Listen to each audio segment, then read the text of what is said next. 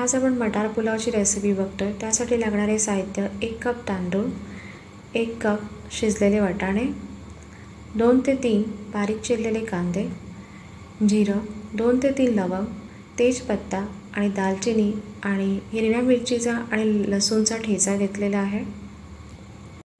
आता एका टोपामध्ये 4 कप पाणी घेतलेलं आहे। पाणी उकळून झालं की त्यामध्ये 1 कप तांदूळ टाकून घ्यावा। हे आपल्याला 2 ते 3 मिनिटच असं करायचं आहे। आणि हे झालं की हा तांदूळ गाळून घ्यावा आणि त्यावर गार पाणी टाकून घ्यावे, म्हणजे त्याची शिजण्याची प्रोसेस जी असते ती थांबून जाईल आणि तांदूळ आपला ओव्हरकुक होणार नाही। आता एका पॅनमध्ये तेल गरम करा आणि त्यामध्ये जिरं टाकून घ्या, तेजपत्ता टाकून घ्या, दालचिनी टाकून घ्या आणि 2 ते 3 लवंग टाकून घ्या। आता बारीक चिरलेले 2 ते 3 कांदे टाकून घ्या आणि हे सर्व चांगल्या पद्धतीने मिक्स करून घ्या।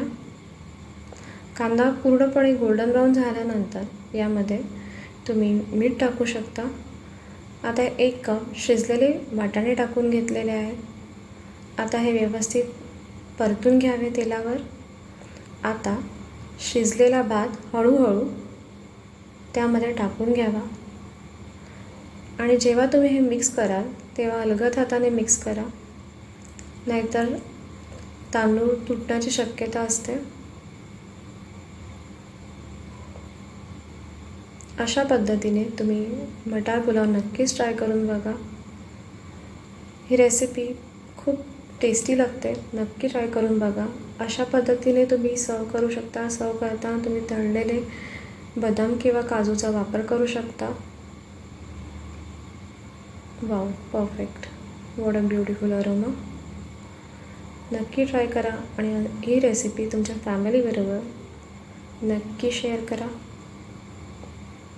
व्हिडिओ आवडला असेल तर लाईक, शेअर आणि सबस्क्राईब करा। धन्यवाद।